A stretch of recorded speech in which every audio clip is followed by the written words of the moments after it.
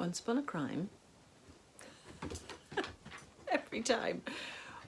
Hang on, I gotta let the dog out.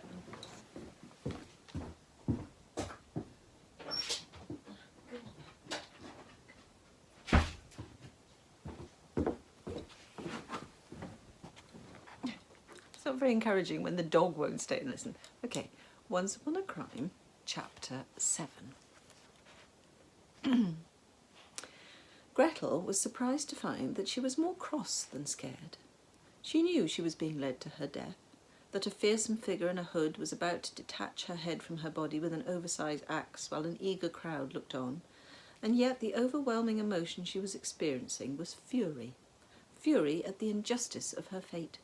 Fury at the careless whimsy of princesses. Fury at the feckless promises of good-looking men. She was so furious, in fact, that when two of Ferdinand's soldiers appeared through a hidden entrance in the passageway and tried to rescue her, she attempted to fight them off. "Let go of me, you brutes," she shouted as they sought to take her from the guards. "But Fraulein," said the nearest soldier, "you must come quietly, please. We are here on the instructions of Ober-General—" "What? Oh, yes, we'll come on then. We don't have time for the whole name," she said, quickly coming to her senses. The guards handed her over without a struggle. The praying priest moved slowly on, all the time seemingly unaware of what was taking place behind him. Another figure was hauled out of the shadows and bundled towards the guards, who continued on their procession behind Father Wagner. The soldiers assisted Gretel along an uncomfortably narrow tunnel. Just as she feared claustrophobia might get the better of her, they reached a doorway and stepped through it into a smart and luxuriously appointed room. Ferdinand stood in front of the fireplace. "Fraulein Gretel, so pleased you were able to join us."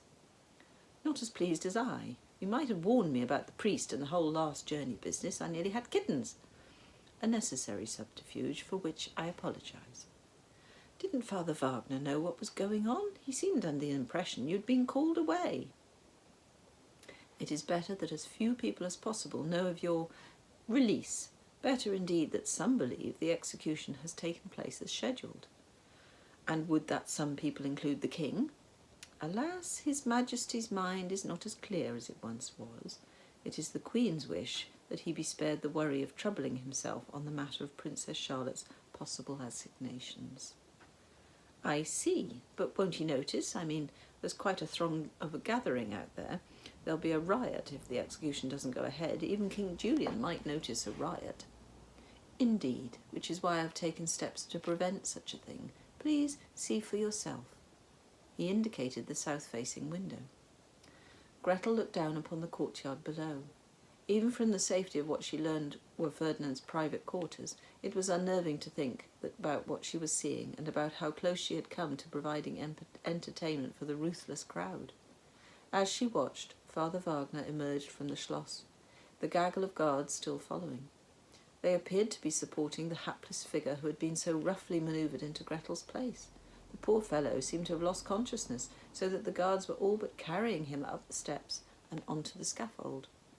"But who is that?" Gretel asked. "Don't tell me you've sent some other innocent soul in my place." "Please do not distress yourself, Fraulein." "Oh no, that's not right. I mean, it wouldn't be right if it were me either, but I can't let you do this." "Your moral outrage does you credit, but please remain calm. No one will suffer on your behalf. Look closely." Ferdinand had come to stand beside her now. He gestured through the window, urging her to do as he said. Hardly daring to do so, Gretel squinted down at the terrible scene in the courtyard. The priest had finished his prayers and stepped away from the condemned. The victim was so robbed of strength that the guards were required to lay him down on the block and hold him there. The executioner raised his great axe. Gretel wanted to look away, but found she could not. There was a collective intake of breath among the crowd outside, and the smaller one in Ferdinand's room. The axe swung down. Gretel emitted an embarrassingly girlish scream. There was a gasp as blood gushed from the opened neck, and the head plopped noiselessly into the waiting basket. A cheer rattled off the walls of the enclosure. The executioner held up the head for all to see before tossing it carelessly back into the basket. Gretel thought she might well throw up. Blood continued to flow from the inert body. "Oh," said Gretel, too shocked to form a sensible thought.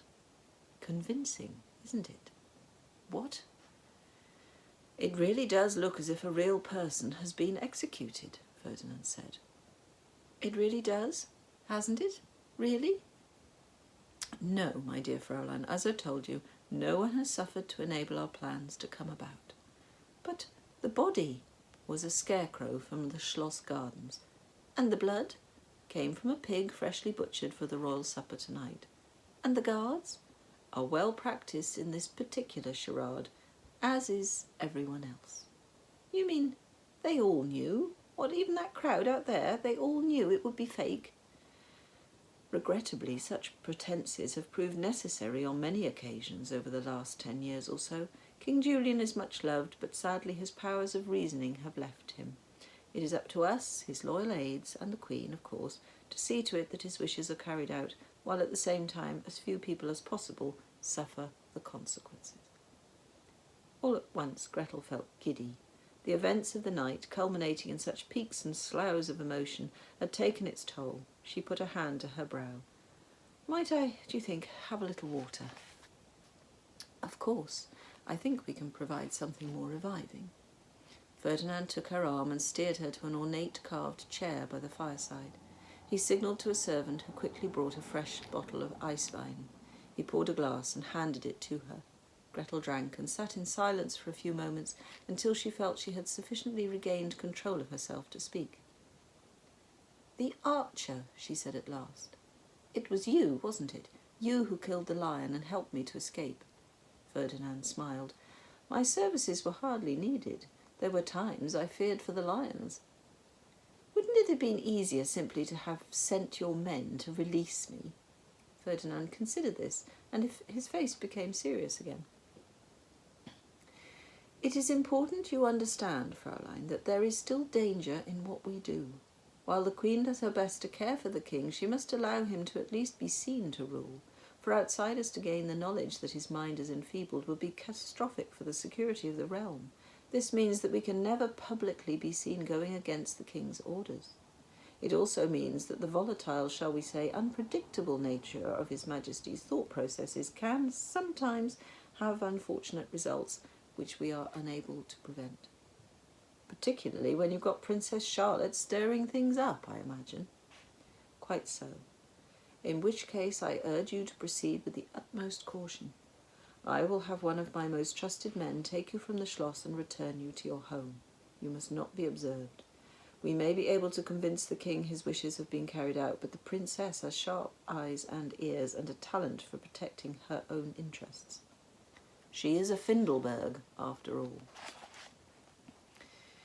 If she were to see you, or if she were to hear that you are conducting investigations that might lead to revelations regarding her private life—" "I get your meaning, Herr General." Gretel rose to her feet, dusting herself off, mentally preparing herself for the task ahead. "Fear not. I shall return to Gerstenstadt and at once set about discreet but effective work, which I promise you will produce proof of the Princess's unsuitable paramour." "Within the week, Fraulein." "Absolutely, within the week," said Gretel. She was sneaked out of the Schloss and placed on a sturdy but surprisingly swift horse, which mercifully required no instructions from her, but galloped happily after the mount of General Ferdinand's trusted man. By the time they reached Gerstenstadt, there wasn't a bone in her body that did not feel jarred and jolted in such a way she was certain was plague her in old age. If she ever lived to be old.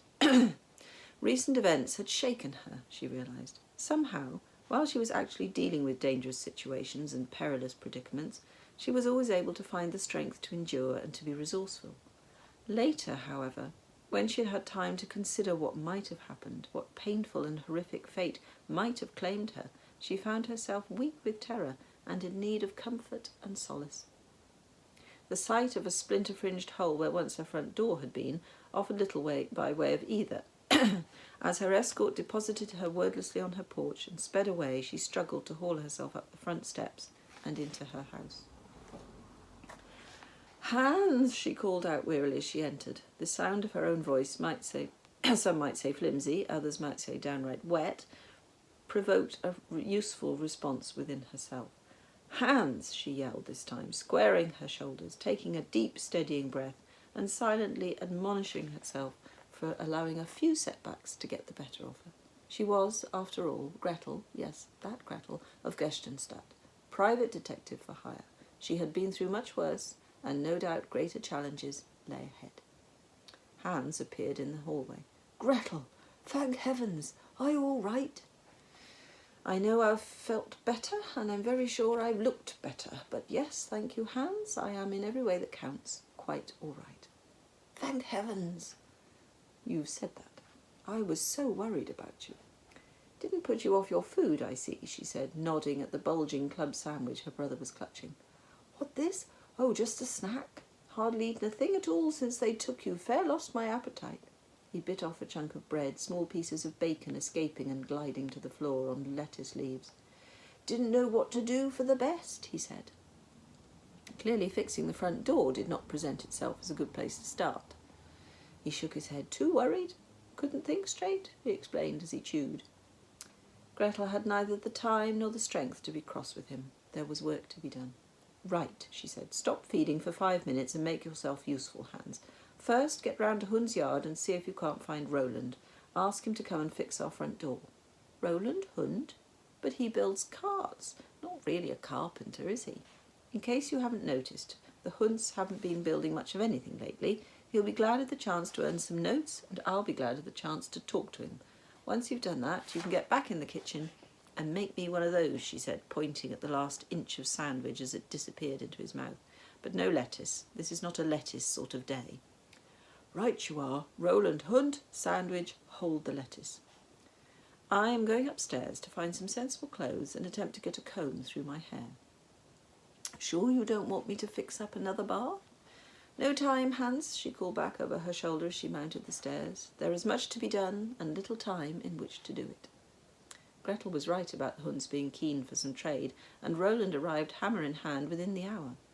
She listened to him sawing and fixing as she battled with the disaster that had been her hair. It quickly became clear that professional help was needed. She hid the worst of it under a bold blue turban, secured the front with a gaudy glass stone, and hoped that it made her look exotic and sophisticated. She feared it made her look like a refugee from a pantomime. Turning her back on the somewhat depressing results of her efforts, the mirror presented, she hurried downstairs. "Ah, Roland, so good of you to see fit in such short notice," she said, treating him to her best smile. "You're very welcome, Fraulein." He continued to work as he spoke. It was evident from the set of his shoulders and the slight frown that he wore that the young man was not in the best of spirits. Whatever the truth behind his tangled love life, it clearly was not making him happy, and unhappy people, in Gretel's experience, were always grateful to find a receptive ear for their woes. "A very bad business," she offered, "the fire. So dreadful to lose your livelihood like that. How is your father?" "Oh, as you might expect." Quite. And I dare say a deal of the burden will fall upon you and your brother. Work must be found." The youth nodded, but said nothing. "And of course there is the dreadful matter of the unfortunate soul found among the embers." "Unfortunate!" Gretel had clearly hit a nerve. "It would take a person more charitable than I to call him that, Fraulein." Roland took up his saw once more, venting his ire on the planks of wood in front of him so that Gretel feared for her new door. "You do not believe, then," she asked, "that he was merely a hapless passer-by, an innocent victim?" "Not innocent, no, nor victim, save of his own bad character." Roland dropped the saw and picked up his hammer, pounding at nails with alarming vigour.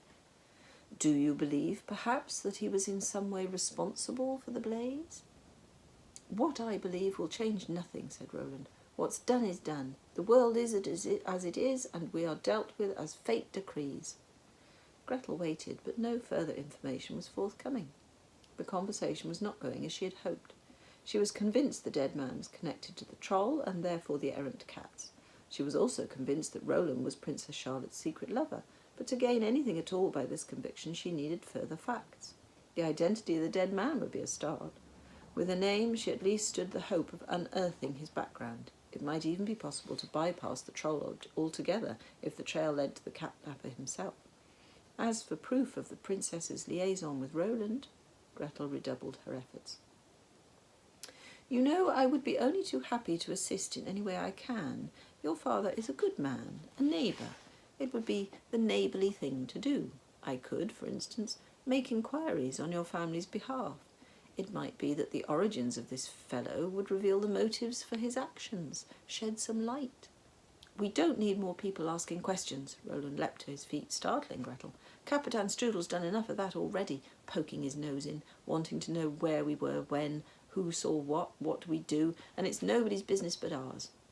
Of course, I would not dream of intruding into your private life. I merely suggest that by clarifying the intentions of the mysterious man, we might provide what? Roland looked at her levelly, his face flushed with anger, not, she thought, directed at her, more at his circumstances. What good would come of it? The yard is naught but ashes and clinker. Only hard work and time will rebuild what we have lost. His shoulders sagged, and he turned back to his task. Questions demand answers, and I prefer to keep my life to myself, he said, taking up a plane and working the edge of the new door carefully, his temper regained, the sadness clouding his face once more. Gretel knew she would get no further with him. She took herself into the sitting room and onto her daybed to await her sandwich. There was something inescapably depressing about Roland's situation. Surely a young man in love, dizzy with the heady excitement of clandestine rendezvous and snatched moments, should be aglow, the light of passion shining in his eyes. Roland gave the impression he was carrying the weight of the world on his youthful shoulders and emitted nothing but gloom. And what of Johanna? From her eavesdropping, Gretel was certain the two had been long-time lovers, and that their split had something to do with Princess Charlotte. But in the exchange she had overheard, she had detected from Roland no trace of love or even lust for the wretched royal. It was almost as if he saw her as a burden. No, not a burden, a duty, a necessity, none of which made any sense. How could entertaining a relationship with an unattainable young woman be necessary to anything? All the liaison could bring upon the Hund household was more trouble, probably in the shape of the displeasure of King Julian. Gretel knew all too well the nature and seriousness of the trouble that particular displeasure could provide. Hans appeared with her snack. "Good Lord," he said, "why are you wearing that thing on your head?" "It's a turban. Where else would I wear it?" "Are the Gestenstadt players holding auditions again?"